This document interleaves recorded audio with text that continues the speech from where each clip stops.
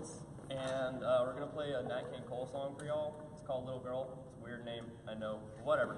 So, in the 60s, James Hill arranged this for trombone quartet for the Lawrence Welk show. Yeah. And so we found recording that on YouTube, and we liked it, so we wrote it out, and here it is.